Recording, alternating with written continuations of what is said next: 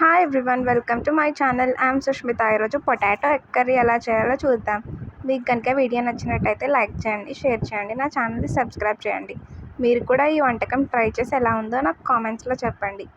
దీనికోసం ముందుగా మనం పొటాటోస్ని చెక్కుకోవాలి. నేను 4 పొటాటోస్ని చెక్కుకుంటున్నాను.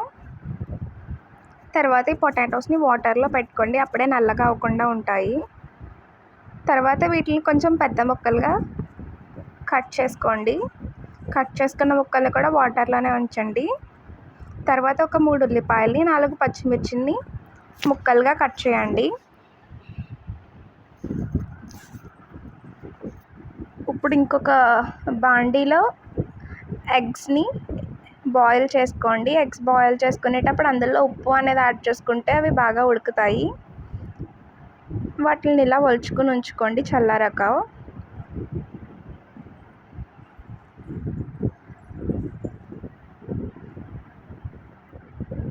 ఇలా ఎగ్స్ దాంట్లో ఉప్పు అనేది వేసి ఉడకబెట్టుకోవాలి.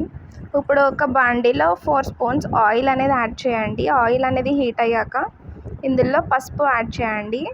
పసుపు యాడ్ చేశాక ఇందులో మనం ఒలిచి పెట్టుకున్న ఎగ్స్ని వేసి ఫ్రై చేయండి.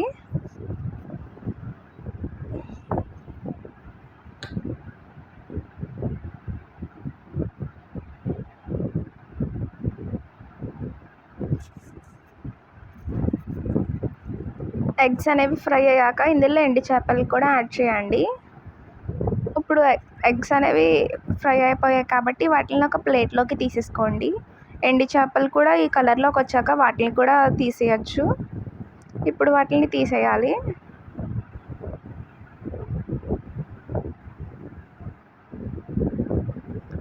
ఇవి తీసేసాక ఇందులో మనం కట్ చేసి పెట్టుకున్న బంగాళదుంప ముక్కల్ని నీరు రాకుండా ఇందులో వేసుకోవాలి.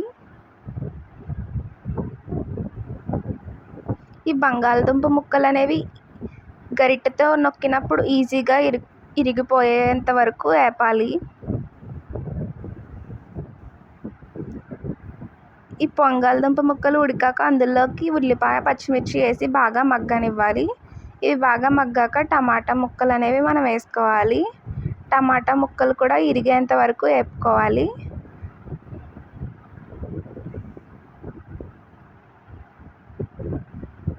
చూడండి, ఇప్పుడు టమాటా ముక్కలు అనేవి ఉడికాయి. చూడండి, వాటిని నొక్కుతుంటే అవి ముక్క అవుతున్నాయి, అంటే టమాటా ముక్కలు అనేవి ఉడికిపోయినట్టు.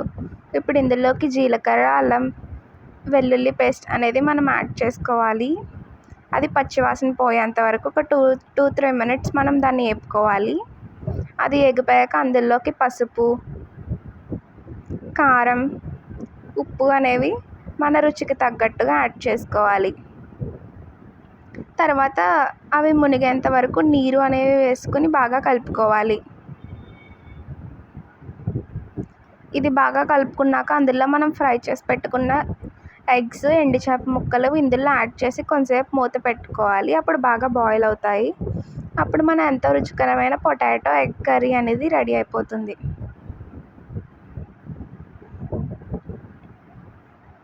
వీటిని ఒక 5 to 6 మినిట్స్ ఇలా బాయిల్ అవ్వనివ్వాలి.